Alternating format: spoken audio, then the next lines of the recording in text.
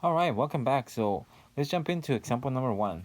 In example number one, we are asked to find the price of elasticity of the demand for this demand function. So we're given the demand function to be d of p equals to the square root of the difference between 175 and 3p. They're asking us to find the elasticity of demand at a specific price of p equals 25. Now, we're gonna first write down the elasticity formula.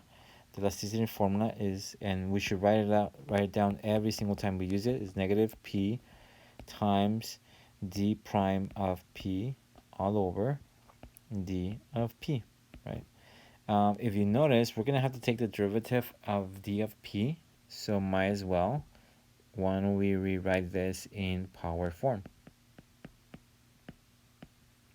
There you go, right? So that is in the power form. And so we could do some side work if we want to. This is gonna take some work here, but let's go ahead and start writing this, right? So this is negative. Maybe I'll write it over here. Negative p times d prime of p. What is d prime of p? Well, we have it here, right there. Well, we have to take the derivative of this, which means we would have to take, we have to use the rule of chain rule, right? Which means bring down the exponent as a product. So that's 1/2. Leave the inside as it is. So that would be 175 minus 3p. And then take away 1 from the power, so minus 1. So that's 1/2 minus 1 will give you negative 1/2. And then multiply by the derivative of the inside, right? The derivative of 175 minus 3p, the derivative of that is negative 3, right? Because this one will be 0. So this will be negative 3. We can multiply these two together, right? And that will give us negative 3/2 times 175 minus 3p to the negative 1/2.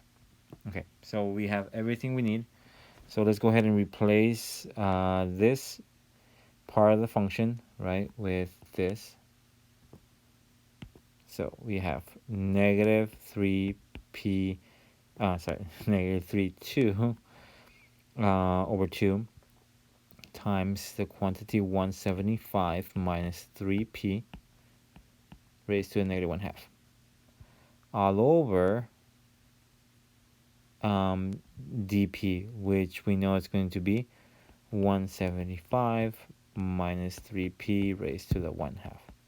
Right, for this one we're just copy and pasting, right? That's exactly what we were given. So all we're doing is copy and pasting it down here. So that's equal to that. That's your E. At this point, all we gotta do is simplify, right? We know that this has negative power, so we can bring this down. So this will be, and we can multiply these together. So negative p times negative 3/2 is positive 3/2 p over 175 minus 3p to the 1/2, and then when you bring this whole thing down, then the sign changes from negative to positive. There you go. What are we going to do here? We're going to multiply those two. But when you multiply bases, right, they have the same base, we pretty much just add their power. So we're going to have 3/2 times p all over 175 minus 3p. 1/2 plus 1/2 equals 1. But of course, we're not going to write it out. So this is your E. We pretty much have everything we need, because now what we need to do is plug in plug in P equals 25. We are given that the price is 25 and we're asked to find the elasticity. So all we gotta do is multiply by replacing every P with 25.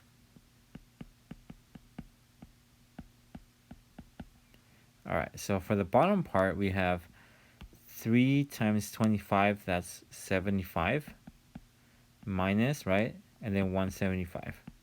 So 175 minus 75, that is going to be 100.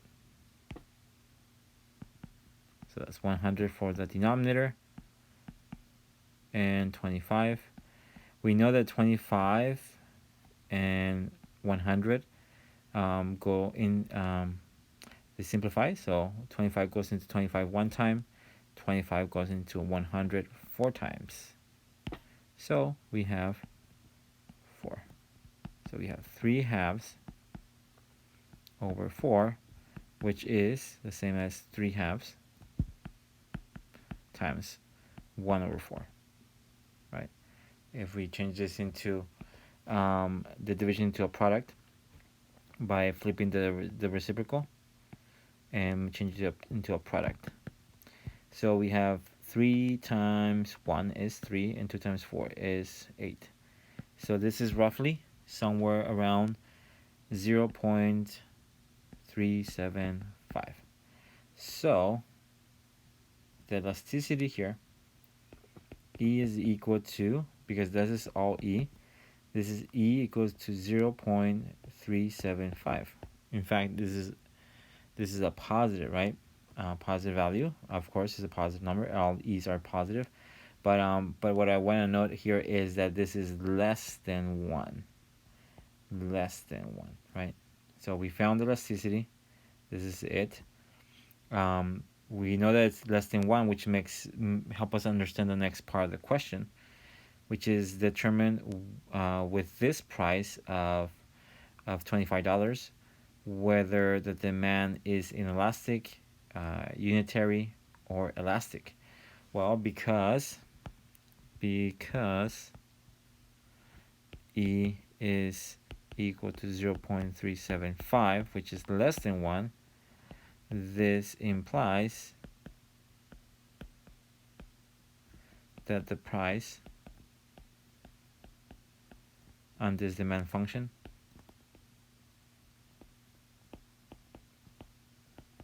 is inelastic, right? And we can see that on the table.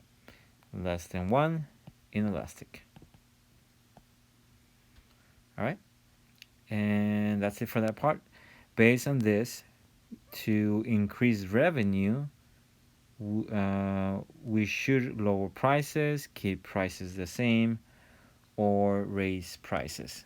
Well, when it's inelastic, we know that's a good chance, good opportunity for us to raise prices and increase the revenue. So here we go. So it will be a great opportunity to increase prices, right?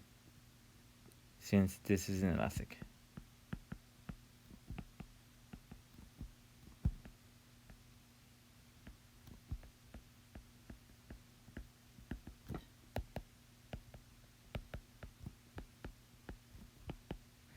Right. There you go. And so this is the end for this problem. We're gonna try a few more examples, so hope you guys